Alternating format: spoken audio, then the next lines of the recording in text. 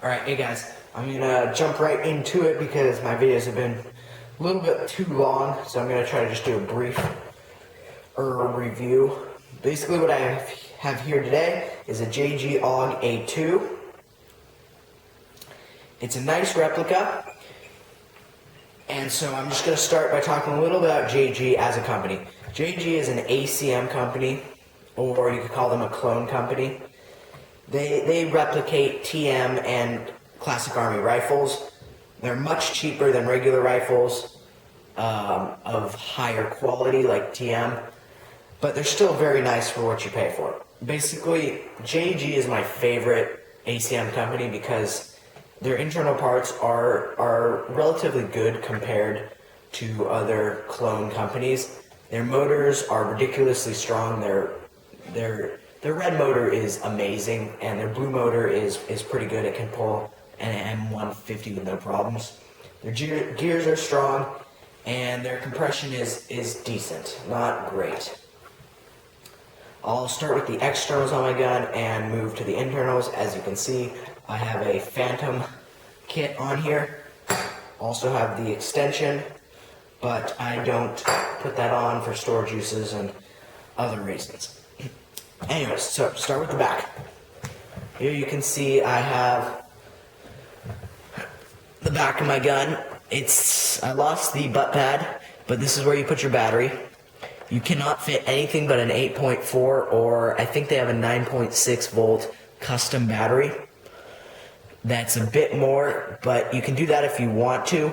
Trigger response isn't great, so I recommend a MOSFET and a 7.4 volt LiPo. That's what I do. And I run the LiPo out and put it right along here. It's a buffer tube LiPo that's flat, so it fits nicely, and I'll just tape it down a couple times with some electrician's tape. I'm going to buy a new butt pad because I lost mine in the future. Anyways, right here we have the sling mount. Be careful with this sling mount. My sling mount came out. I'm not going to take it out right now, but it will come out using a 1-point sling, and my gun fell on the ground, got all dirty, had to clean it up. Wasn't fun. So you got to be careful with this. Always make sure you have one hand at least kind of supporting the gun, so that just in case this does pop out like that, you don't have that problem again. I'm not sure how you could fix that. I think that's just kind of it. Moving on, we have the mag well and ejection port up here. You can pull this piece off. Come on, and put it on the other side. I'm not going to do it for this video. Pulling the charging handle back reveals your hop up, where you can adjust it, the little wheels right here. Then you can slam it back down and close it. This is your mag release, and this right here is basically a pin, a square pin, so that you can remove your upper receiver. You push it in like that, and you can pull out the upper receiver. We'll not do that in this video for time purposes.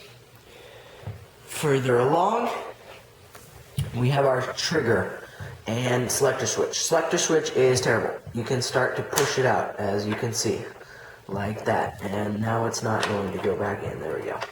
So I would be careful with that. If you lose it, then you're screwed. So don't want to do that. Trigger response is bad. And frankly, I don't like the two-stage trigger. I've had a P90 and an F2000, and I just like the regular trigger. They tend to have worse trigger responses and more problems. Right now this isn't having problems, but it did about 2 months ago when I first got the gun.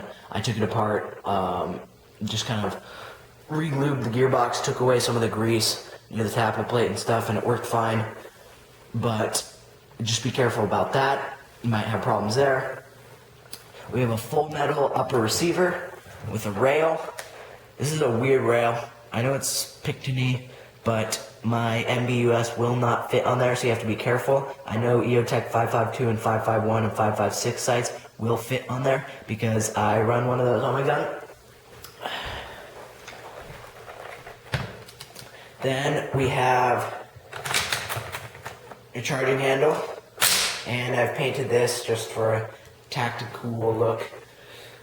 And then we have our forward sling mount right here. This works fine, hasn't had any problems. And then we have this.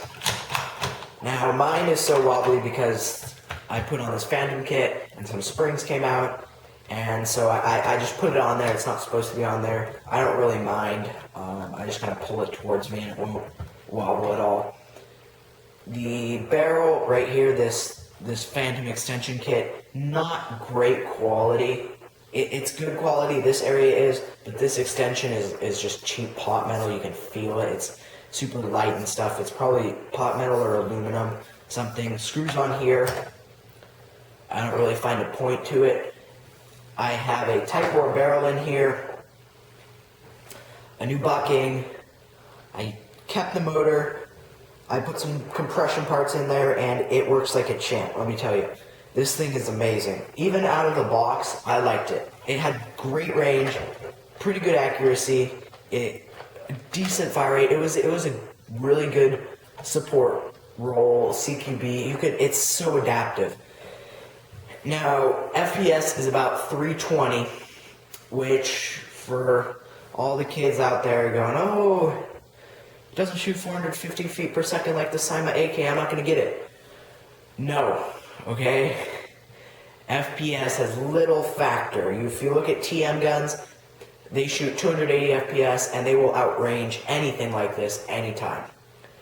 So you don't really need FPS to have range or accuracy. You don't need FPS. 300 is a nice even number. 320 is good. Most CQB limits are 350. If you need it, you can change up the spring and play under 300 with it. Overall, this gun is good quality. Externals are a little lacking, but for the price you're paying to get this gun, I'd say definitely go for it. I went for this kit to make it look like a DMR. I was going to run the DMR setup, but in the end I decided not to, so I'm not using this. Anyways, final summations. Basically, you gotta look at your level of play once again. I like to do this every video. Beginner, go for it. Great money, great value. For a beginner, I'd give this gun 10 out of 10.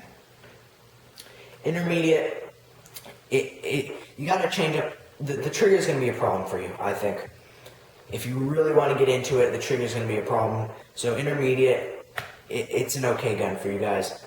I play intermediate, and that's why I changed out some of the internal parts, and now it works fine.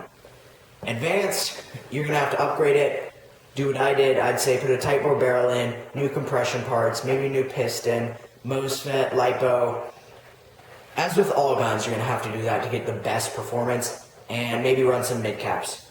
Overall, this is a great gun for the value, and I definitely say if you're in the market for an AUG, a bullpup style weapon, this is a great choice.